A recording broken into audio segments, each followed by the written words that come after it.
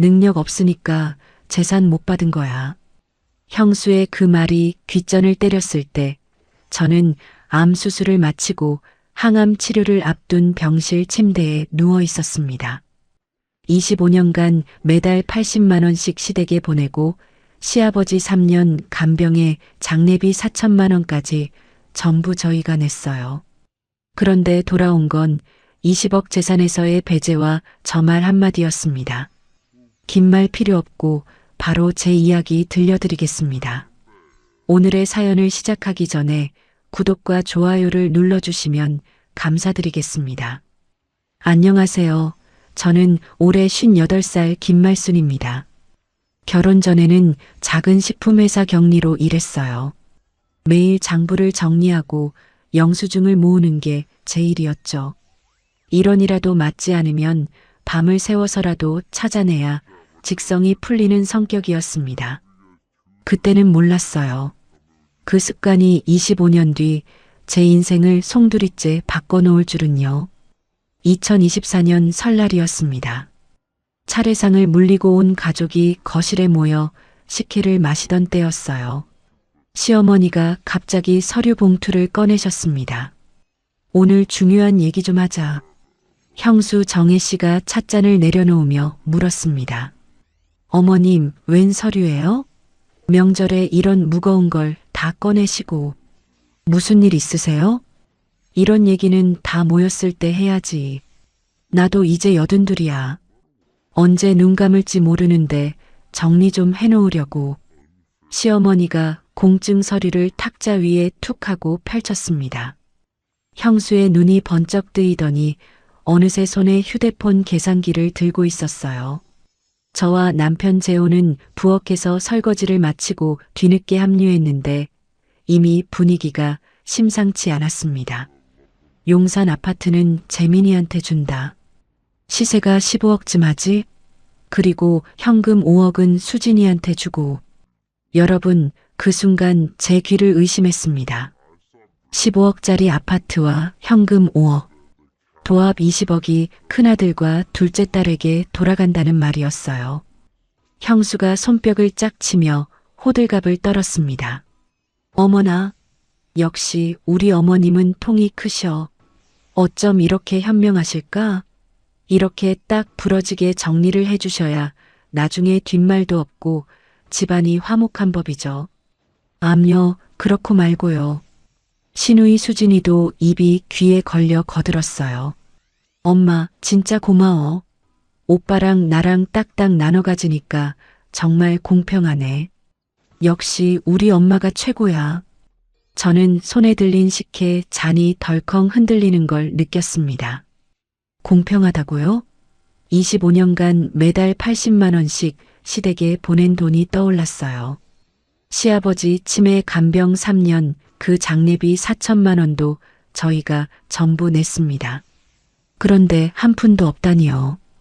그때 남편 재호가 자리에서 벌떡 일어났습니다. 어이구 할망구, 고마워요. 드디어 나를 자유의 몸으로 만들어주네. 오늘이 내 인생 독립기념일이다. 재호가 덩실덩실 춤을 추며 트로트 가락을 흥얼거리기 시작했어요. 시어머니가 처음에는 어색하게 허허 웃으셨습니다. 농담인 줄 아셨던 거예요. 재호야, 이 녀석이 명절이라고 농담도. 예, 듣겠다. 그런데 재호의 표정은 진지했습니다. 아니, 처음 보는 얼굴이었어요. 25년을 같이 살면서 한 번도 본 적 없는 차갑게 굳은 눈이었습니다. 농담? 아니, 진담인데? 이제 어머니 자식은 저기 아파트 받은 형님이랑 5억 받은 수진이뿐이야. 나는 오늘부로 이 집 자식 은퇴합니다. 어머니, 그동안 고생하셨고 다신 보지 맙시다. 뭐라고? 시어머니 얼굴이 하얗게 질렸습니다. 형수와 수진이가 경악한 표정으로 서로를 쳐다봤어요. 내가 너를 어떻게 키웠는데, 이 불효막심한 놈아. 시어머니가 가슴을 쥐어뜯으며 오열하기 시작했습니다. 큰아들 재민이가 얼굴이 벌개져서 일어나 재호의 멱살을 잡았어요. 이 자식이 미쳤나? 야, 너 술 처먹었어? 어디서 엄마한테 할망구래? 당장 무릎 꿇고 사과 안 해? 재호는 형의 손을 거칠게 뿌리치며 비웃었습니다. 형은 25년 동안 명절 때 엄마 용돈 한 번 제대로 들여봤어? 난 매달 꼬박꼬박 80만 원씩 보냈어. 그거 다 합치면 2억이 넘어.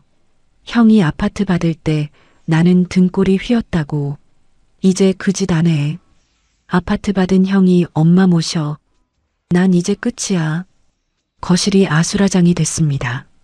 시어머니의 통곡 소리, 형수의 비명, 수진이의 욕설이 뒤섞였어요. 저는 그 혼란 속에서 아무 말도 하지 못한 채 서 있었습니다. 형수가 갑자기 저를 향해 삿대질하며 소리를 질렀어요. 동서, 당신 미쳤어? 남편이 저 지랄을 하는데 가만히 보고만 있어? 도대체 집에서 남편 교육을 어떻게 시킨 거야? 아무리 돈에 눈이 멀었어도. 그렇지, 자식이 엄마한테 할망구가 뭐야, 할망구가. 당신 정말 무서운 사람이네. 여러분, 제 마음이 어땠겠습니까? 25년간 한 번도 수고했다는 말을 들어본 적 없는 제가 왜 이 순간에 죄인 취급을 받아야 하는 건지 눈물만 흘렀습니다. 그날 밤 시댁에서 돌아오는 차 안에서 재호가 처음으로 25년간 쌓인 감정을 털어놓았어요. 미안해, 참을 수가 없었어. 대학 졸업하고 취직하자마자 어머니가 그러셨어. 너는 막내니까 부모 봉양은 내 몫이라고. 월급 절반을 가져가셨지. 저는 처음 듣는 이야기였습니다. 결혼 전에 모아둔 2천만 원도 큰형 사업 자금으로 빼앗겼어. 우리 결혼식 비용? 시댁에서 한 푼도 안 보탰잖아. 당신도 알잖아. 알고 있었습니다. 하지만 재호 입에서 직접 듣는 건 처음이었어요. 그이도 25년간 참고 또 참았던 거예요. 설날 다음 날 아침 형수에게서 전화가 왔습니다. 받자마자 쏘아붙이더군요. 동서, 지금 잠이 와? 어머님이 재호 도련님 사과받기 전에는 물 한 모금 안 마시겠다고 누워 계셔. 노인네 돌아가시기라도 하면 당신이 책임질 거야? 당장 데리고 와서 빌라고 해.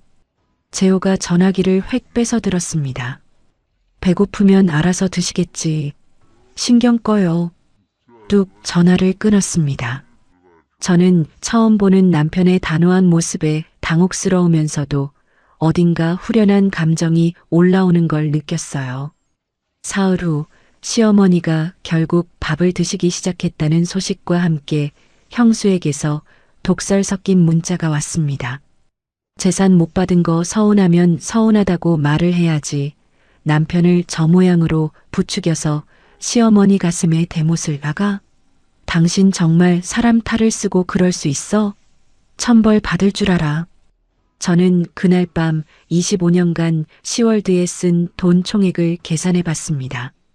가계부를 꺼내 한 장 한 장 넘겼어요.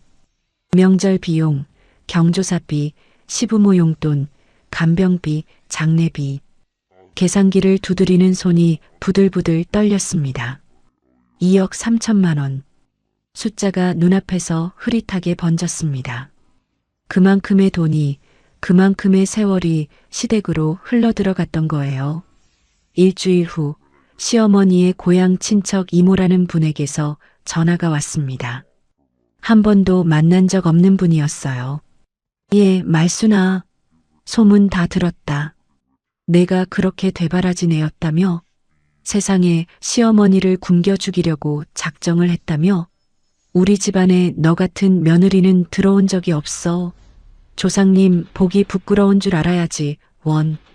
1시간 넘게 훈계를 들었습니다. 형수에게 전해들은 일방적인 이야기만 믿고 계신 거였어요. 저는 결국 죄송합니다라는 말밖에 할 수 없었습니다. 그날 밤 재호가 제 손을 꼭 잡았어요. 당신한테 정말 미안해.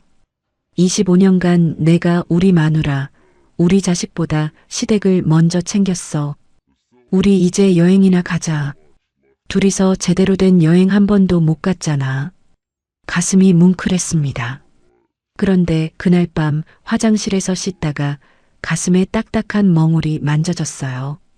손끝에 닿는 그 낯선 감촉이 소름 끼치도록 차갑게 등줄기를 타고 내려갔습니다. 열흘 후 병원에서 의사가 무거운 표정으로 말했습니다. 유방암 2기입니다. 전이가 우려되니 최대한 빨리 수술 날짜 잡으시죠. 옆에 앉은 재호의 손이 파들파들 떨렸습니다. 저는 25년간 남을 위해 시댁 식구들 비위 맞추며 살다가 드디어 내 인생을 살아보려던 순간에 왜 이런 일이 생기는지 하늘이 너무나 원망스러웠어요. 병원 복도를 걸어 나오면서 재호가 제 어깨를 감싸 안으며 말했습니다.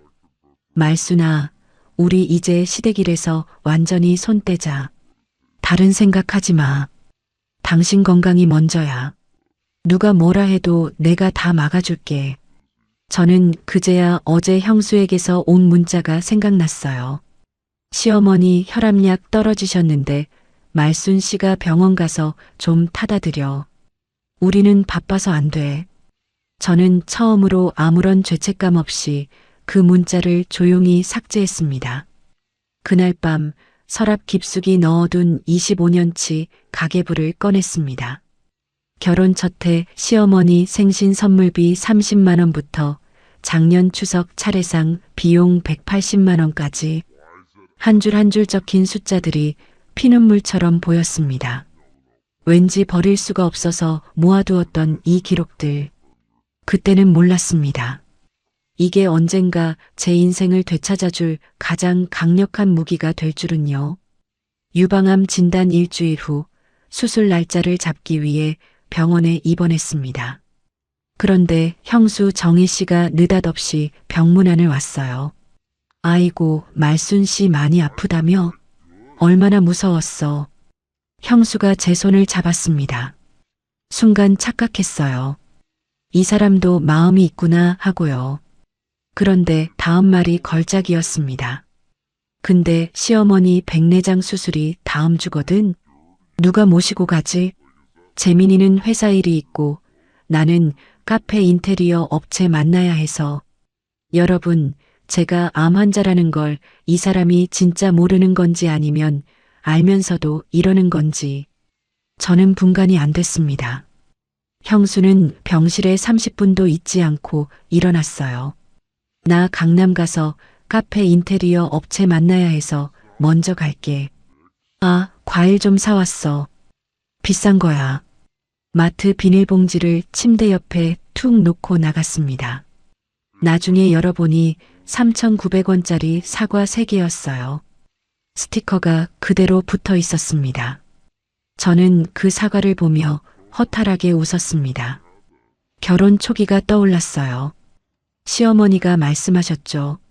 막내가 효자니까 용돈은 막내한테만 받을게. 큰애랑 수진이는 살기 바쁘니까 마음만 받을게. 매달 80만 원이었습니다.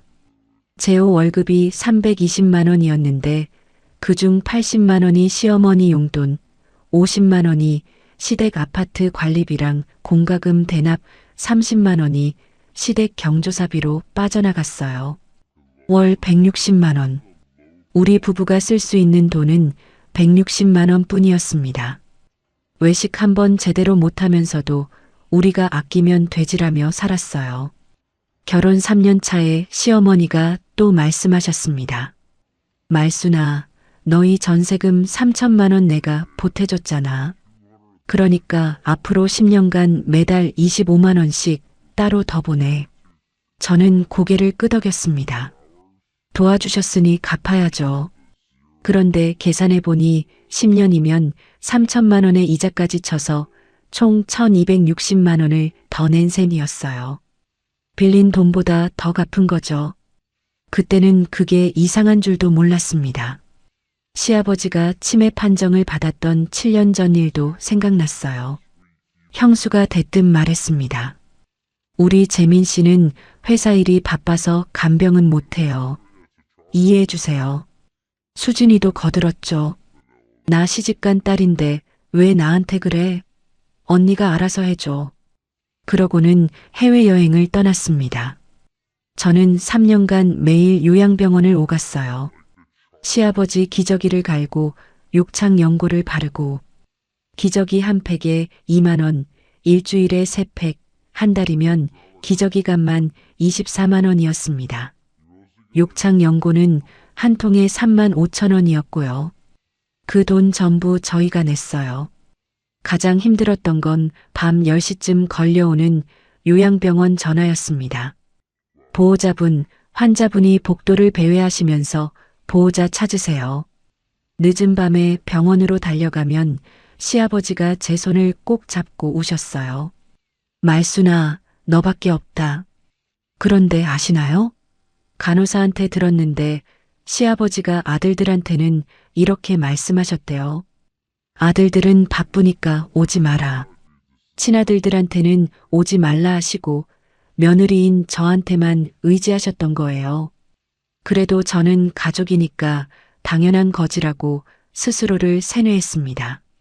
시아버지 돌아가셨을 때 장례비가 4천만 원이 나왔어요. 저희가 전액 부담했습니다. 그런데 큰아들 재민이가 뭐라고 했는지 아세요? 막내가 그동안 아버지한테 용돈 못 드렸으니까 이걸로 퉁치자. 저는 할 말을 잃었습니다. 3년간 매일 간병한 건 저였는데 용돈 못 드렸으니 장례비로 퉁치자고요?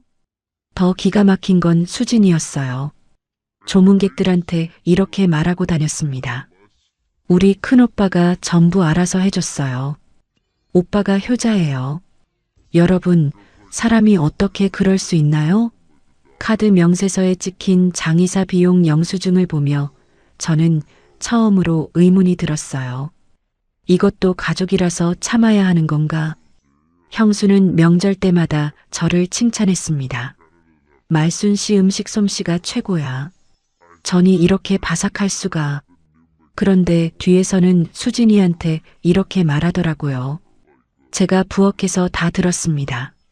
막내네가 해야지. 시어머니 용돈 받으면서 본전이라도 뽑아야 할 거 아냐.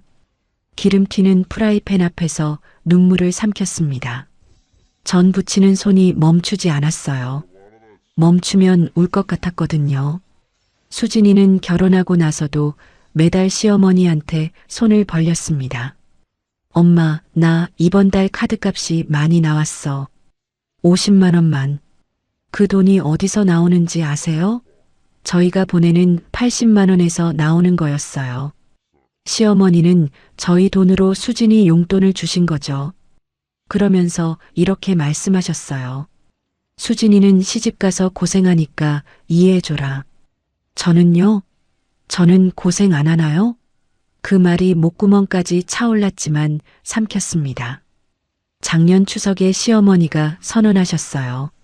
내년부터는 명절 비용 막내가 전부 내라. 형수는 몸이 안 좋아서. 형수의 안 좋은 몸이 뭔지 아세요?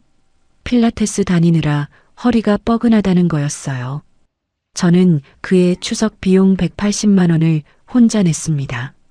재호한테도 말 못했어요. 말하면 또 싸울 테니까요. 수진이는 명절마다 해외여행 사진을 가족단체 대화방에 올렸습니다.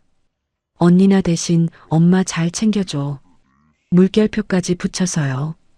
저는 파트타임 일과 집안일을 병행하며 일주일에 3번씩 시댁을 방문했는데 그 사람은 발리 해변에서 칵테일을 마시고 있었습니다.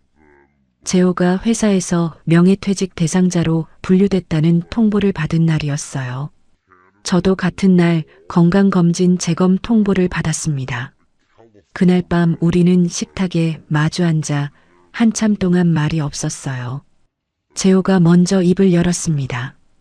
퇴직금 1억 2천 나온다는데 이거라도 잘 굴려야겠다. 그 순간 휴대폰이 울렸습니다. 형수였어요.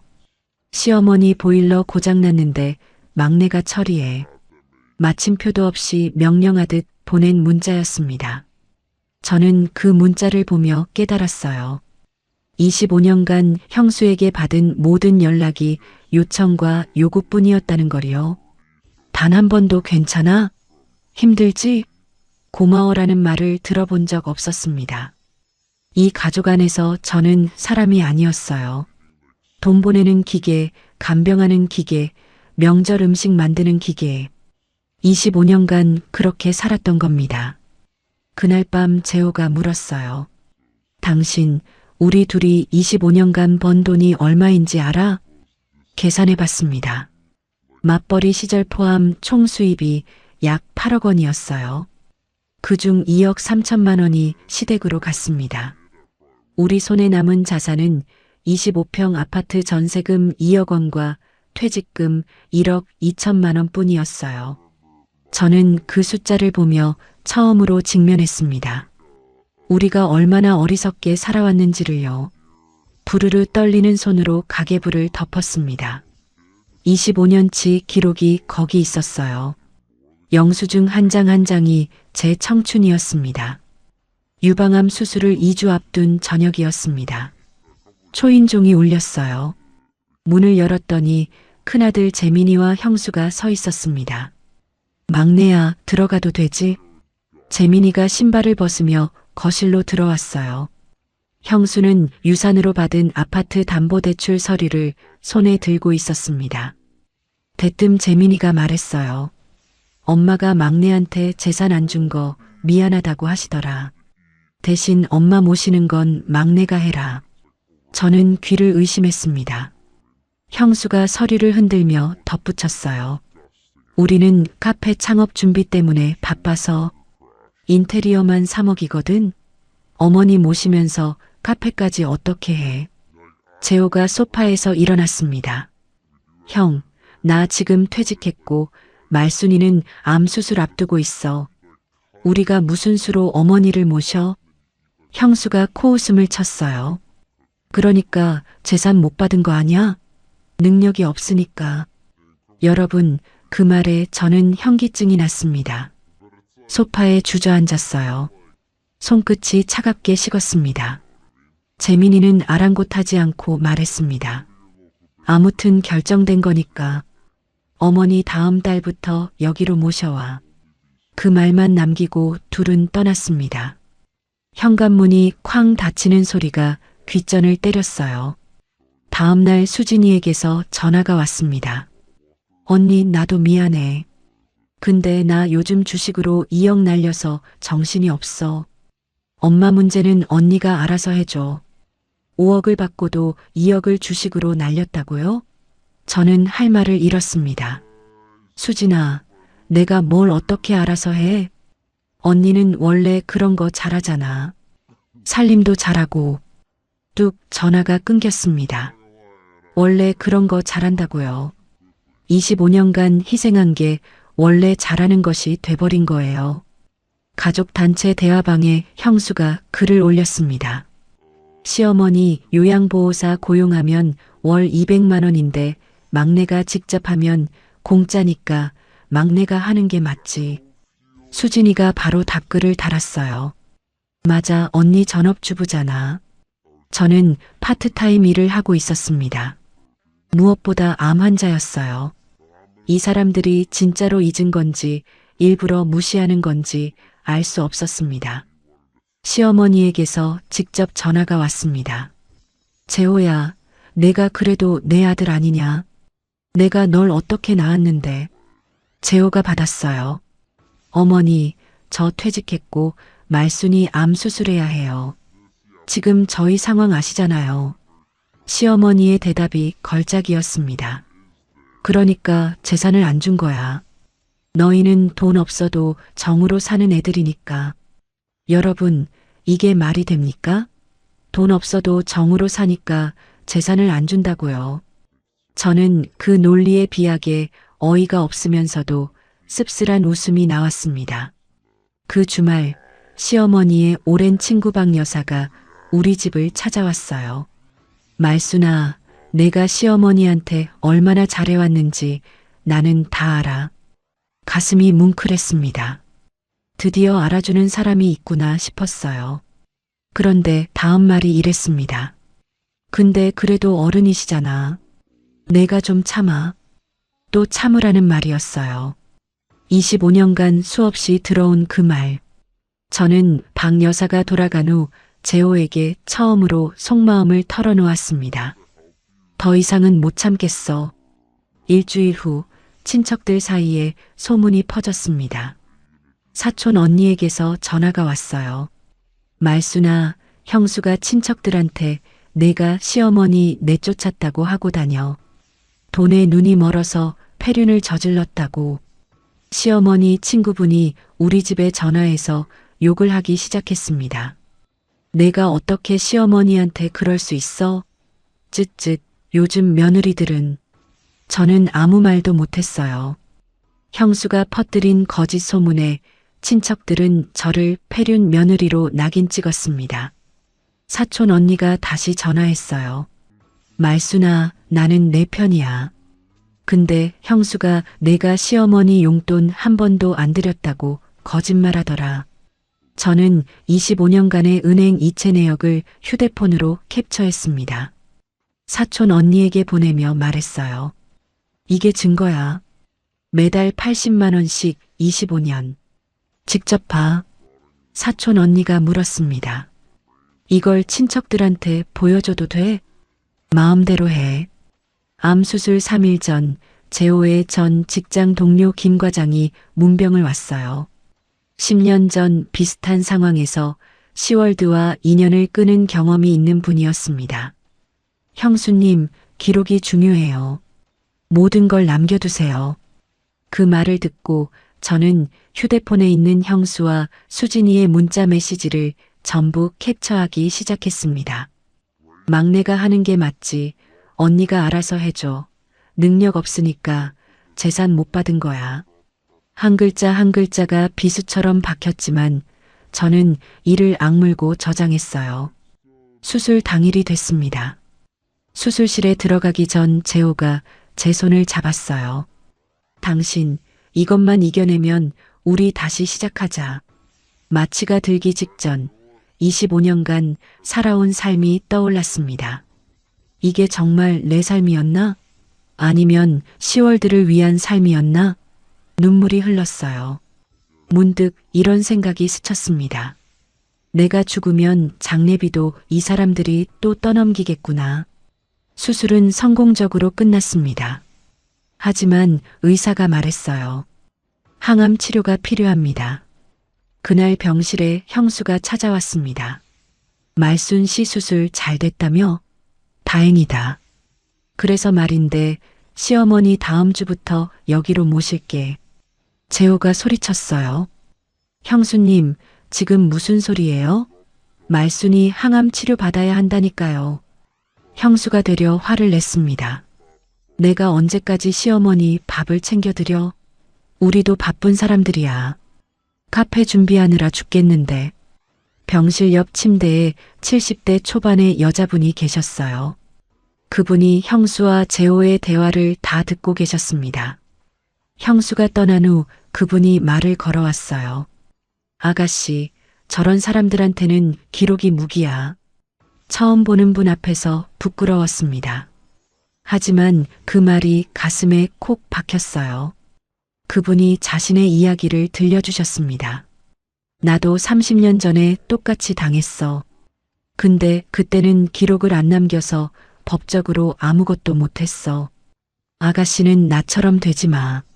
저는 고개를 끄덕이며 휴대폰 메모장을 열었습니다. 오늘 형수가 했던 말을 그대로 적었어요. 시어머니 다음 주부터 여기로 모실게. 우리도 바쁜 사람들이야. 날짜와 시간까지 함께요. 그날 밤 재호가 결심한 듯 휴대폰을 들었습니다.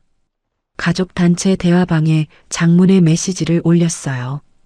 25년간 우리가 들인 돈 2억 3천만 원, 영수증 다 있습니다. 앞으로 저희한테 연락하지 마세요. 대화방이 난리가 났습니다. 형수가 물음표를 10개나 보내고 수진이가 언니 이게 뭐야라고 썼어요. 시어머니는 음성 메시지를 보내셨습니다. 떨리는 목소리로 재호야, 내가 이럴 수 있어? 라고 하셨죠. 30분 만에 재호의 휴대폰으로 전화가 빗발쳤습니다. 큰형, 수진이, 시어머니까지. 시어머니는 이렇게 말씀하셨어요. 재호야, 내가 이러면 내가 죽어. 죽는다고. 재호는 전화를 받지 않았습니다. 저는 옆에서 그 모습을 보며 생각했어요. 이제 정말 돌아갈 수 없는 강을 건넜구나.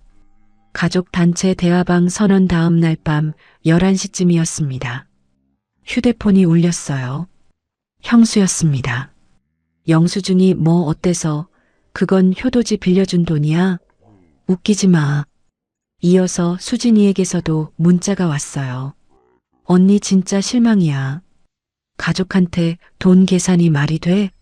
그동안 언니를 사람으로 본 내가 바보지. 저는 항암주사 부작용으로 구토를 하면서도 그 문자들을 하나씩 캡처해서 저장했습니다. 속이 뒤집어지는데 손은 멈추지 않았어요. 김 과장의 말이 귓전에 맴돌았거든요. 기록이 중요하다고.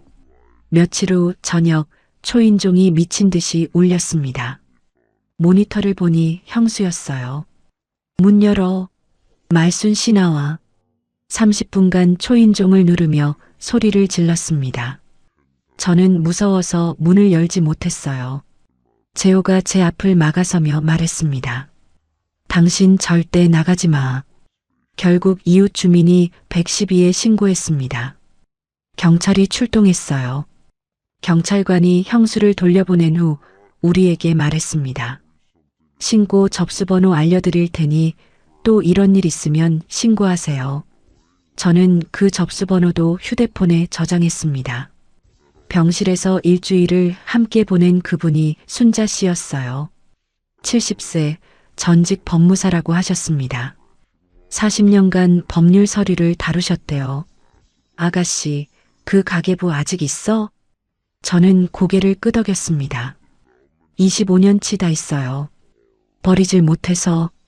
순자 씨 눈이 반짝였어요. 그게 다 증거야. 부양료 구상 청구라는 게 있어. 처음 듣는 말이었습니다. 부양료 구상 청구요? 순자 씨가 쉽게 풀어서 설명해 주셨어요.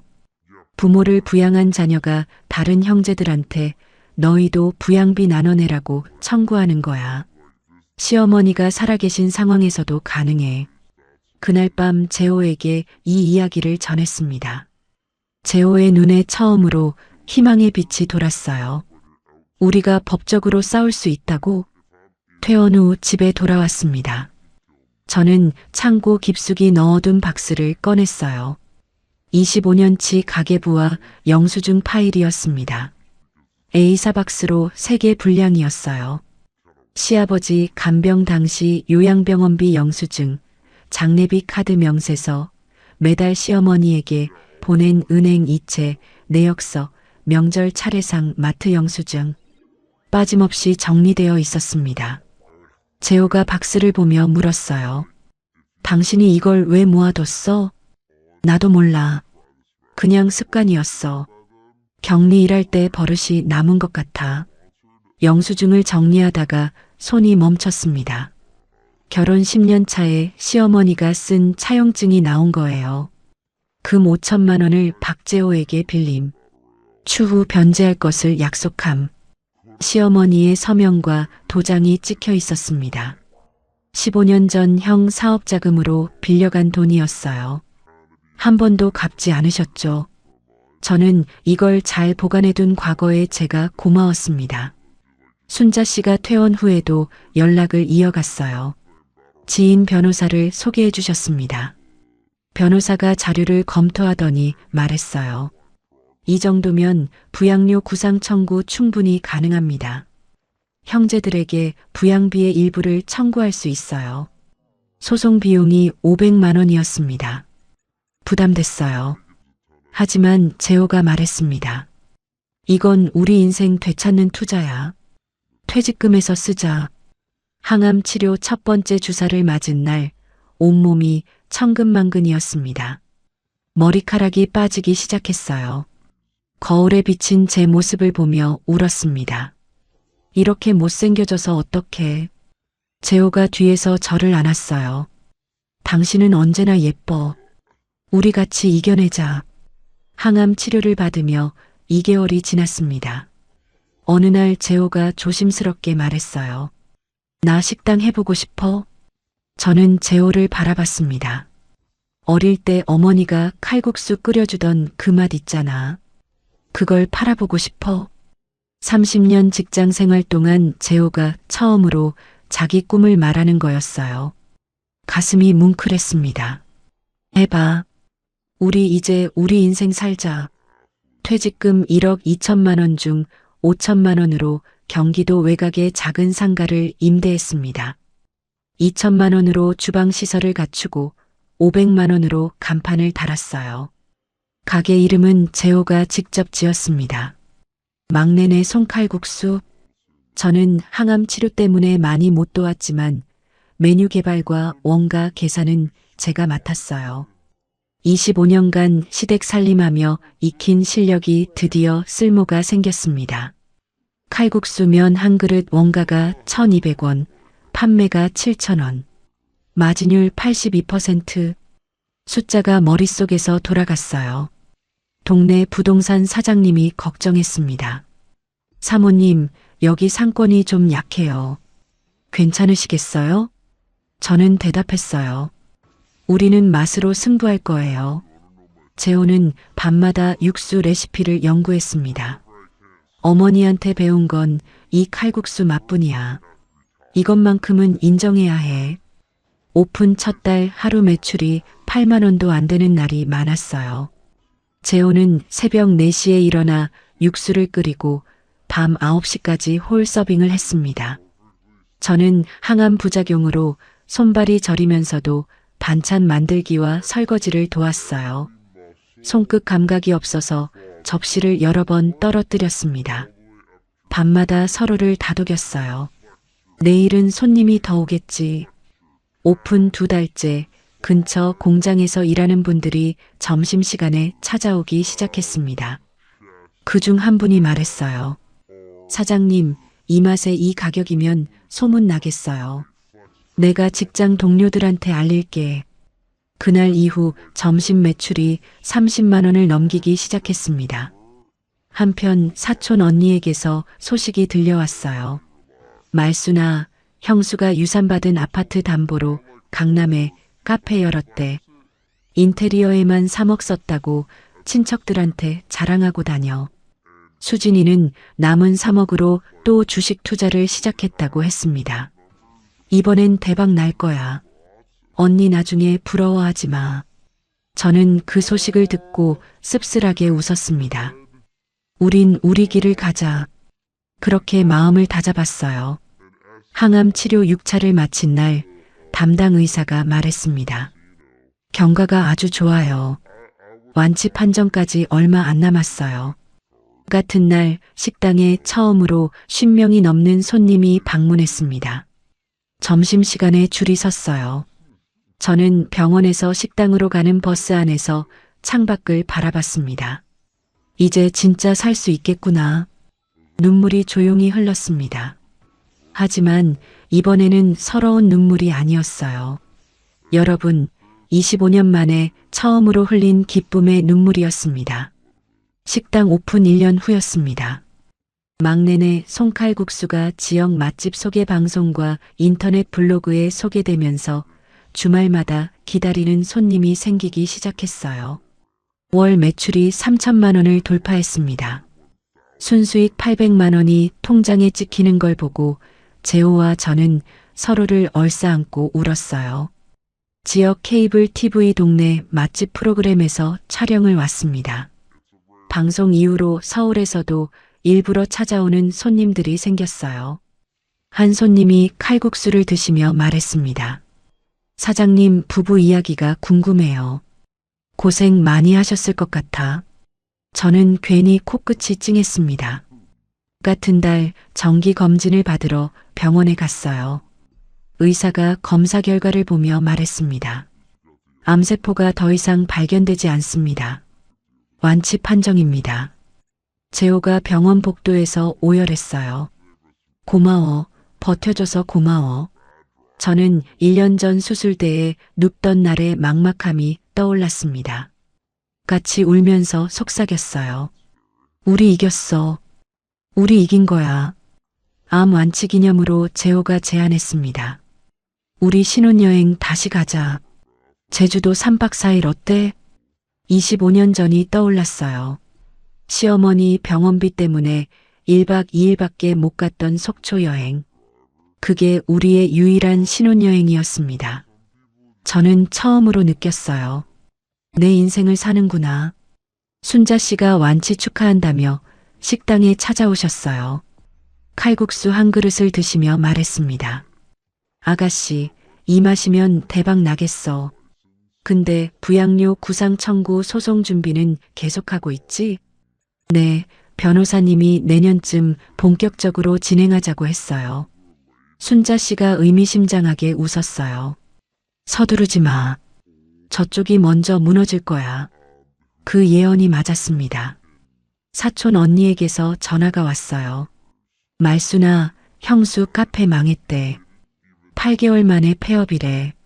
형수의 강남 카페가 월세 1,500만 원에 인건비, 재료비를 감당하지 못하고 3억 빚을 지게 됐다고 했습니다. 형수는 우울증 진단을 받았고 재민이는 회사에서 구조조정당해 백수가 됐대요. 수진이도 주식으로 3억을 다 날리고 남편한테 이혼 통보 받았다더라. 저는 전화를 끊고 한참을 가만히 앉아 있었습니다. 여러분, 그 소식을 듣고 제가 통쾌했을 것 같으세요? 아니었어요. 그냥 허무했습니다. 20억을 받고도 1년 만에 저 꼴이 됐다니. 사촌 언니가 더 말해줬어요. 형수가 카페 망하고 나서 친척들한테 돈 빌려달라고 다닌대. 시어머니 고향 친척 이모한테도 500만 원 빌려갔다가 안 갚아서 사이가 틀어졌고 1년 전 저를 폐륜 며느리라고 욕했던 그 이모가 지금은 형수를 욕하고 있다니. 아이러니했습니다. 수진이 소식도 들려왔어요. 시어머니에게 엄마 나 좀 도와줘라고 했더니 시어머니가 이렇게 말씀하셨대요. 내가 무슨 돈이 있어. 다 너희한테 줬잖아. 여러분, 사람이 어떻게 그럴 수 있나요? 줄 때는 펑펑 주더니 자식이 어려우니까 모른 척이라니. 어느 날 저녁 형수에게서 전화가 왔습니다. 말순 씨, 우리 3억 빚졌어. 시어머니 용산 아파트 팔아서 갚아야 하는데 어머니가 안 판다고 해. 막내네가 좀 설득해줘. 저는 귀를 의심했어요. 저희한테 왜 연락하세요? 저희는 연락 끊었잖아요. 형수가 소리를 질렀습니다. 그래도 가족인데 가족이 어려우면 도와야지. 저는 조용히 전화를 끊었습니다. 가족이라고요. 1년 전에 능력 없으니까 재산 못 받은 거야 라고 했던 입으로 이제 와서 가족 타령이라니. 다음 날 수진이에게서도 전화가 왔어요. 언니, 나 주식으로 또 1억 5천 날렸어. 남편이 이혼하자고 해. 위자료 줄 돈도 없어. 어떡해. 저는 5억을 받고 1년 만에 거의 탕진한 수진이에게 해줄 말이 없었습니다. 수진아, 나도 암 치료비랑 식당 차리느라 여유 없어. 미안해. 수진이가 말했어요. 언니는 원래 돈 없잖아. 그건 알아. 뚝 전화가 끊겼습니다. 원래 돈 없다고요. 저는 허탈하게 웃었습니다. 형제들의 몰락 소식과 함께 또 다른 전화가 왔어요. 시어머니의 요양보호사였습니다. 큰아들 분과 딸 분께 연락했는데 전화를 안 받으셔서요. 어머니가 갑자기 쓰러지셨어요. 가슴이 철렁 내려앉았습니다. 재호가 말했어요. 우리가 가야 해. 그래도 어머니잖아.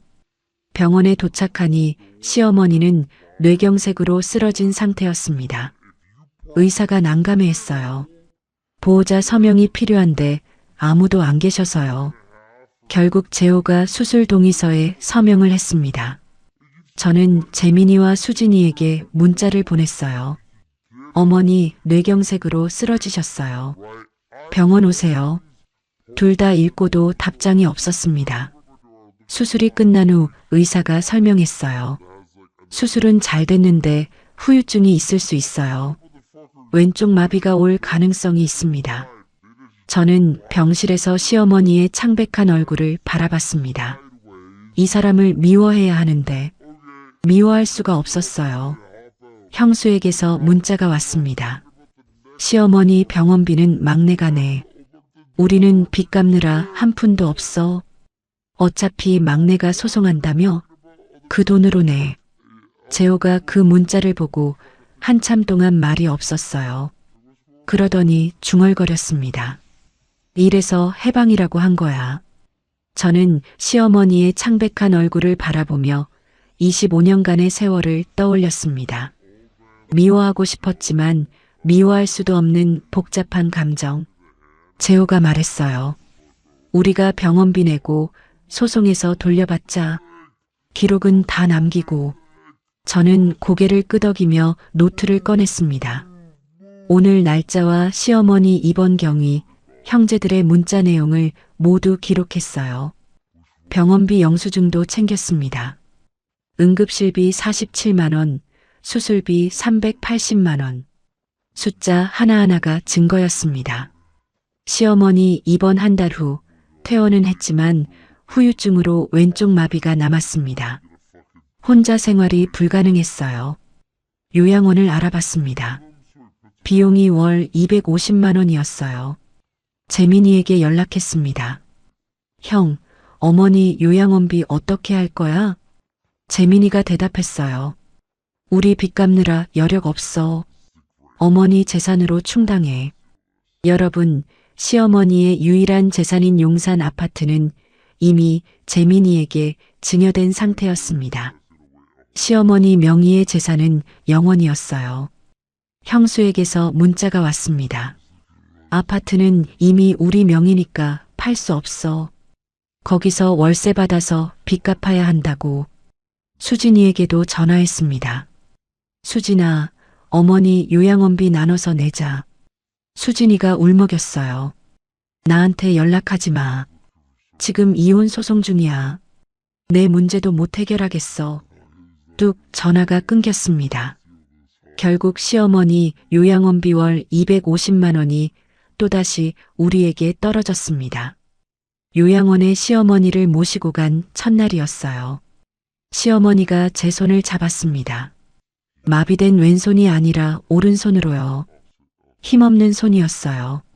말순아, 미안하다. 저는 귀를 의심했습니다. 25년간 한 번도 듣지 못한 말이었어요. 울컥했지만 눈물을 삼켰습니다. 어머니, 이제 여기서 편히 계세요. 요양원을 나서는 발걸음이 천근만근 무거웠습니다. 식당으로 돌아와 장부를 펼쳤어요. 월 순수익 800만 원 중 요양원비 250만 원, 식당 임대료 150만 원, 재료비와 인건비, 소송 비용까지 빼면 우리 부부가 쓸 수 있는 돈은 100만 원도 채 되지 않았습니다. 재호가 식당 바닥에 주저앉아 울었어요. 이게 뭐야? 재산 못 받은 우리가 왜 어머니 부양비까지 다 내야 해? 저는 재호의 등을 쓸어주며 아무 말도 할 수 없었습니다. 설상가상으로 건물주에게서 연락이 왔어요. 사장님, 임대료 30% 올려야겠어요. 요즘 이 동네 상권이 뜨거든요. 월세 150만 원에서 195만 원으로 오르면 수익 구조가 완전히 무너지는 상황이었습니다. 저는 밤마다 계산기를 두드렸어요. 어떻게든 버틸 방법을 찾아야 했습니다. 단골 손님 중 한 분이 정보를 주셨어요. 사장님, 옆 건물 1층 상가 나왔대요. 거기로 옮기시는 게 어때요? 알아보니 월세는 비슷한데 보증금이 3천만 원 더 필요했습니다. 어디서 그 돈을 구해야 할지 막막했어요. 어느 날 저녁 식당 문이 벌컥 열렸습니다. 재민이었어요. 술 냄새가 진동했습니다. 막내야, 형이 부탁 좀 하자. 재민이가 테이블에 털썩 앉았어요. 3천만 원만 빌려줘. 사채업자한테 빌린 돈 막아야 해. 저는 1년 전 이 사람이 뭐라고 했는지 똑똑히 기억하고 있었습니다. 능력이 없으니까 재산 못 받은 거야. 재호가 대답했어요. 형, 미안한데 우리도 없어. 재민이가 벌떡 일어났습니다. 야, 너희 장사 잘 된다며? 3천만 원도 없어? 피도 눈물도 없는 놈들이네. 소리를 지르며 나갔습니다. 손님들이 다 쳐다봤어요. 저는 얼굴이 화끈거렸습니다. 재민이가 떠난 후 일주일 뒤였어요. 아침에 식당 문을 열러 갔더니 이상한 스티커가 붙어 있었습니다. 막내네 송칼국수 영업정지, 세금 체납. 저는 눈을 의심했어요. 세금 체납이라니? 우리는 세금을 한 번도 밀린 적이 없었습니다. CCTV를 확인해 보니 새벽에 검은 옷을 입은 남자가 스티커를 붙이고 도망가는 모습이 찍혀 있었어요. 재호가 이를 갈았습니다. 형이 사채업자한테 빌린 돈 때문에 우리한테까지 협박이 온 거야. 경찰에 신고했습니다. 신고 접수번호를 받았어요. 저는 그것도 기록해뒀습니다. 며칠 후 사촌 언니에게서 전화가 왔어요. 말순아, 또 소문났어. 막내가 돈 벌더니 형한테도 안 빌려주고 어머니 요양원에 처박아 놨대. 시어머니의 사촌 언니가 요양원에 찾아가서 이렇게 말했대요. 재호 엄마 막내한테 당했구나. 쯧쯧. 저는 또다시 억울함에 치를 떨었습니다.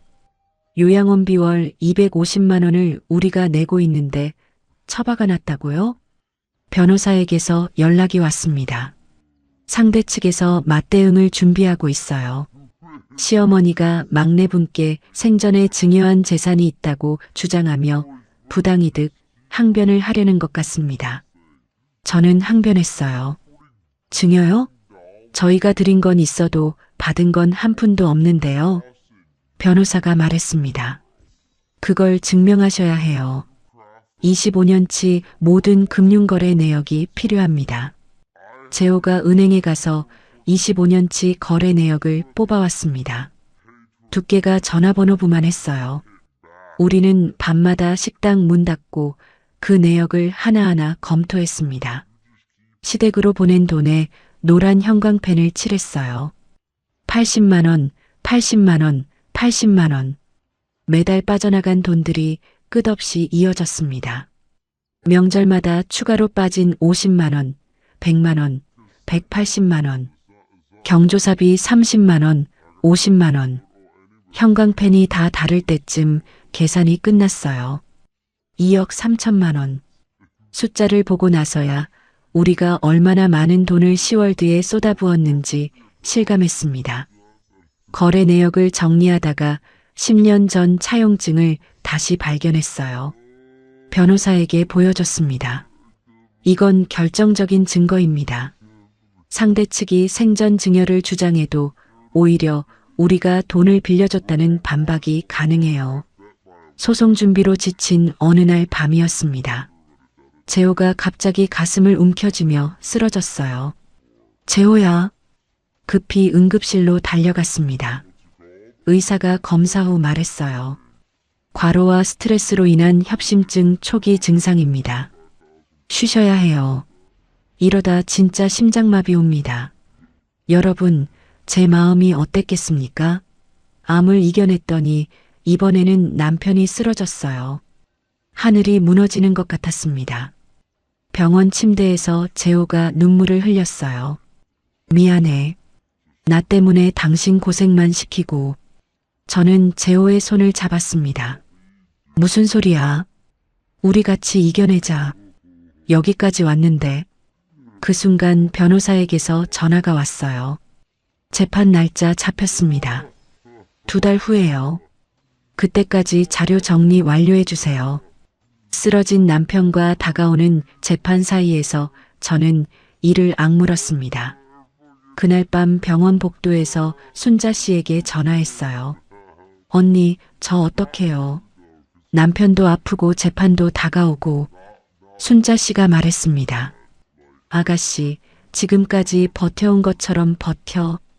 끝이 보여. 조금만 더 힘내. 저는 그 말을 가슴에 새기며 다시 한번 마음을 다잡았습니다. 재판 2주 전 재호가 병원에서 퇴원했습니다. 의사가 신신당부했어요. 무리하시면 안 됩니다. 스트레스 관리 잘하세요.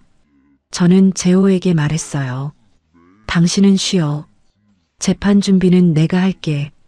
재호가 고개를 저었습니다. 아니야. 이건 우리 둘의 싸움이야. 같이 가자. 재호가 입원한 사이 식당 운영이 어려워졌어요.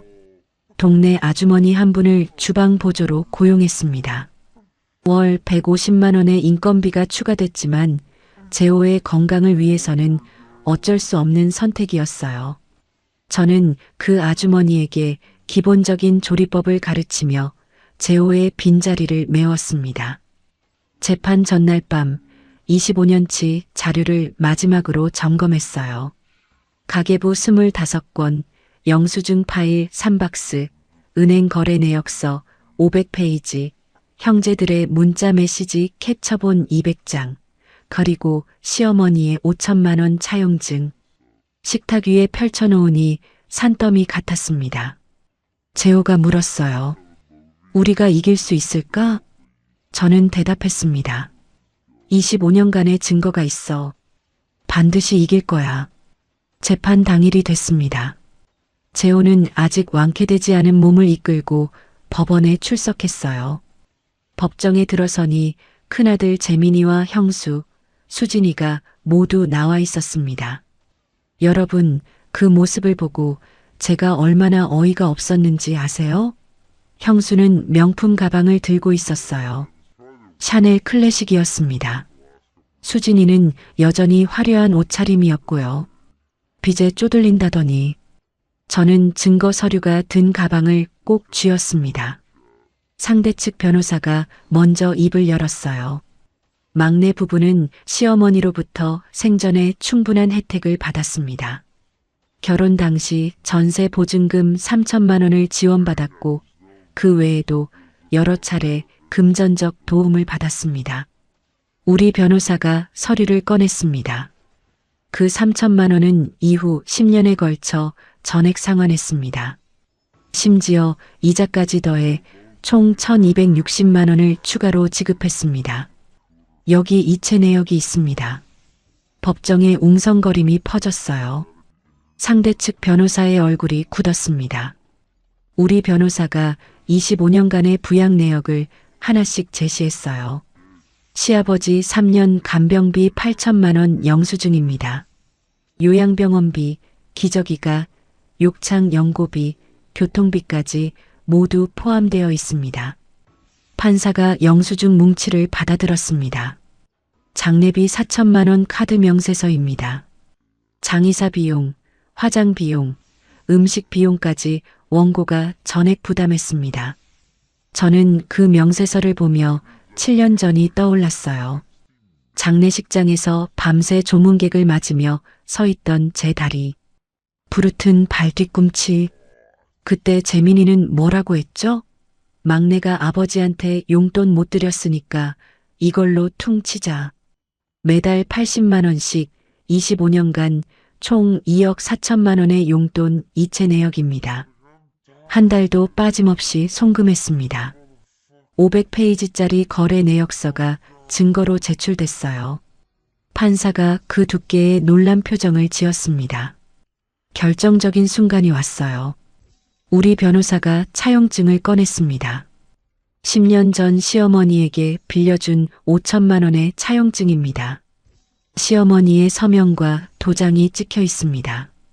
상대 측은 원고에게 생전 증여가 있었다고 주장하지만 오히려 원고가 피청구인에게 5천만 원을 빌려주었으며 한 번도 변제받지 못했습니다.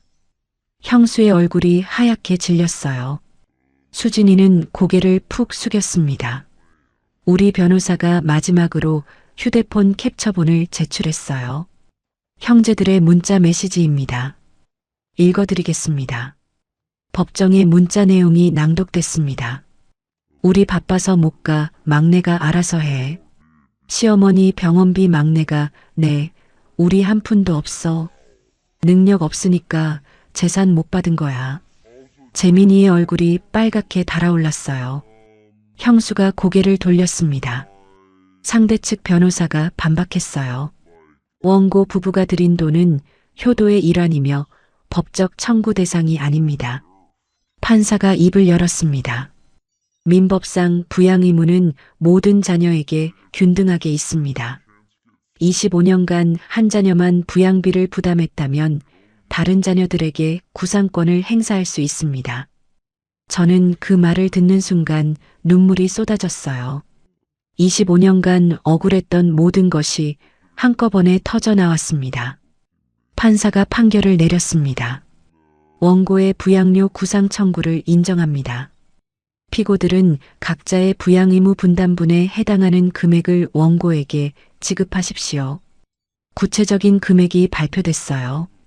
25년간 총 부양비 약 2억 3천만 원 중 형제 3명의 균등 분담분을 계산하여 큰아들과 수진이가 각각 7천만 원씩 총 1억 4천만 원을 저희에게 지급하라는 판결이었습니다. 판사가 덧붙였어요. 시어머니에게 빌려준 5천만 원에 대해서도 차용증에 근거하여 대여금 반환 청구가 인정됩니다. 변호사가 설명해 줬어요. 이 금액은 시어머니가 갚아야 할 돈이지만 시어머니에게 재산이 없으므로 아파트를 증여받은 재민이가 시어머니를 대신해 변제 책임을 질 가능성이 높다고요. 결과적으로 우리 부부가 받을 수 있는 금액은 총 1억 9천만 원 이상이 됐습니다. 법정을 나서는데 형수가 소리를 질렀어요. 이게 말이 돼? 우리가 왜 돈을 줘야 해? 재민이가 재호의 멱살을 잡으려 했습니다. 막내, 너 이럴 거야? 가족한테? 법원 경비원이 재민이를 제지했어요. 수진이는 울먹였습니다. 언니, 나 진짜 줄 돈 없어. 어떡해? 저는 그 모습들을 보며 25년간의 억울함이 조금은 풀리는 것을 느꼈습니다. 재판 후 한 달이 지났어요. 재민이는 판결금 7천만 원에 차용증 5천만 원까지 총 1억 2천만 원을 마련하지 못했습니다. 결국 증여받은 용산 아파트를 경매에 넘겨야 했어요. 낙찰가 12억 중 판결금과 기존 빚을 갚고 남은 돈은 3억뿐이었습니다. 사촌 언니에게서 소식이 들려왔어요. 형수가 이혼 소송 제기했대. 시어머니 때문에 우리 인생 망했다고. 수진이는 전 남편과의 이혼 소송에서 재산 분할로 남은 돈마저 빼앗겼어요. 판결금 7천만 원을 낼 능력이 없어 재산 압류 처분을 받았습니다. 친척들에게 내 인생 왜 이렇게 됐을까라고 하소연한 후 연락을 끊었대요. 판결금 1억 9천만 원이 순차적으로 우리 통장에 들어오기 시작했습니다. 재호와 저는 식당에 앉아 한참 동안 통장을 바라봤어요. 이게 우리가 받아야 할 돈이었구나. 재호가 담담하게 말했습니다. 저는 25년간 쓴 2억 3천만 원에 비하면 여전히 적지만 최소한 법적으로 우리의 헌신이 인정받았다는 사실에 눈물이 났어요. 그날 저녁 순자 씨에게 전화했습니다. 언니, 우리 이겼어요. 순자 씨가 웃으며 말했어요. 내가 뭘 했어. 기록이 무기라고 했잖아. 아가씨 잘했어. 저는 25년간 습관처럼 모아온 영수증과 가계부가 결국 우리 인생을 되찾아준 열쇠가 되었다는 것을 실감했습니다. 재호의 협심증 관리를 위해 이제 식당 일은 주방 보조 아주머니와 새로 고용한 홀 직원에게 상당 부분 맡기기로 했어요. 재호는 육수 레시피 관리와 아침 준비만 담당하고 오후에는 쉬는 것으로 업무를 조정했습니다. 이제 진짜 우리 삶을 살 수 있겠다. 저는 속삭였어요. 여러분, 25년이 걸렸습니다. 하지만 포기하지 않길 잘했어요. 재판 종결 5년 후였습니다. 막내네 송칼국수는 본점 외에 2개 지점을 더 열어 총 3개 매장을 운영하게 됐어요. 각 매장에 주방장과 직원을 두어 저희 부부는 관리와 레시피 감독만 담당했습니다. 연매출 12억, 순이익 2억 5천만 원. 우리 부부의 순자산은 아파트와 가게를 합쳐 8억 원을 넘어섰어요. 판결금 1억 9천만 원 중 3천만 원으로 새 건물로 이전했고 1억 원으로 2호점을 열었습니다.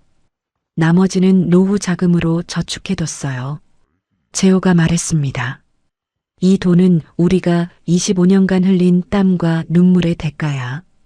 헛되이 쓰지 말자. 재호의 협심증은 꾸준한 약 복용과 생활 관리로 안정됐어요. 의사가 말했습니다. 무리하지만 않으시면 건강하게 오래 사실 수 있습니다.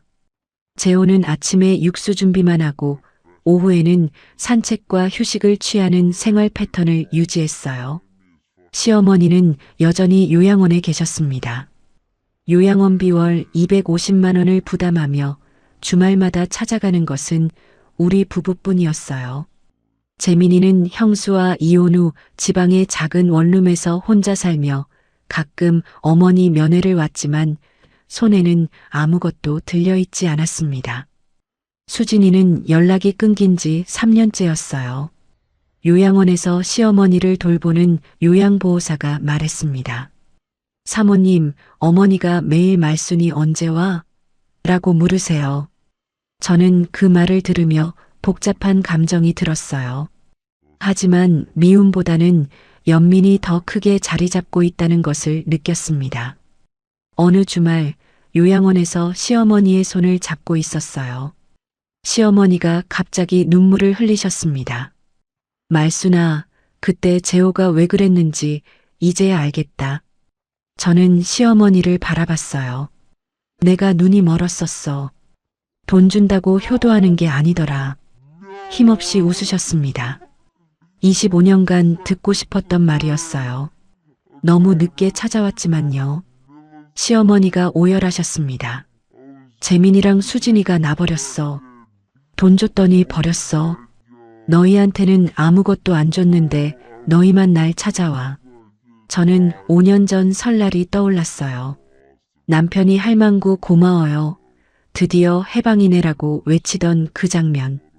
그때 시어머니가 왜 그렇게 울었는지, 남편은 왜 그렇게 말했는지, 모든 것이 하나로 연결되는 느낌이었습니다.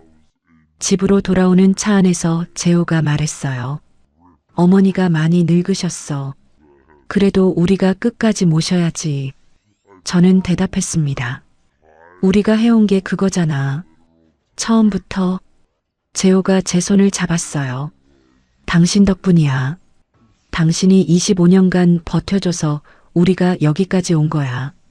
식당 2호점 오픈 2주년 기념일에 순자 씨가 찾아오셨어요. 75세가 되어 지팡이를 짚고 계셨습니다. 아가씨, 내 인생에서 가장 잘한 일이 병원에서 아가씨 만난 거야. 저는 순자 씨를 꼭 안았어요.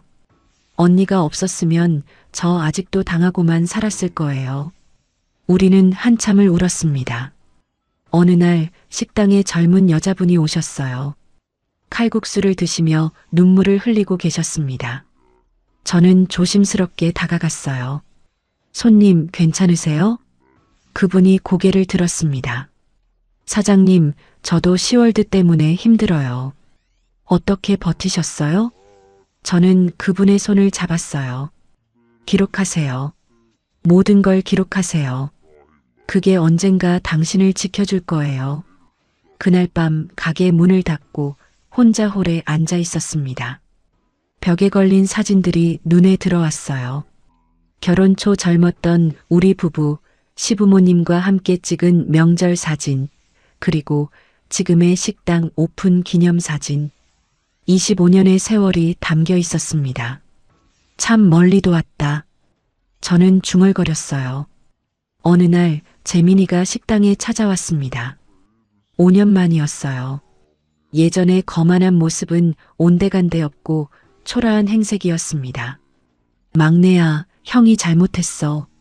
미안해. 고개를 숙였어요. 저는 재호를 쳐다봤습니다. 재호가 고개를 끄덕였어요. 한 그릇 드리고 보내자. 재민이는 칼국수를 먹으며 중얼거렸습니다. 이게 엄마 맛이네. 그 모습을 보며 생각했어요. 가족이라는 건 참 복잡하구나. 저녁에 재호가 물었습니다. 우리 이제 은퇴하면 뭐 하고 싶어? 저는 웃으며 대답했어요. 너랑 여행 다니고 싶어? 우리 신혼여행도 제대로 못 갔잖아. 재호가 씁쓸하게 웃었습니다. 그래, 그때 어머니 병원비 때문에 1박 2일밖에 못 갔지. 저는 재호의 어깨에 기대며 말했어요. 이제는 우리 차례야.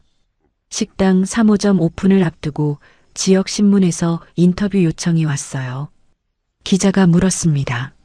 성공 비결이 뭐예요? 재호가 농담처럼 대답했어요. 25년간 시월드에서 배운 인내심이요. 기자는 웃었지만 저는 그 말이 진심이라는 것을 알았습니다. 인터뷰 기사가 나간 후 비슷한 처지의 며느리들에게서 응원 편지와 전화가 왔어요. 사장님 이야기 듣고 용기 얻었어요. 저도 기록하기 시작했어요. 저는 제 경험이 누군가에게 도움이 되었다는 사실에 가슴이 뭉클했습니다.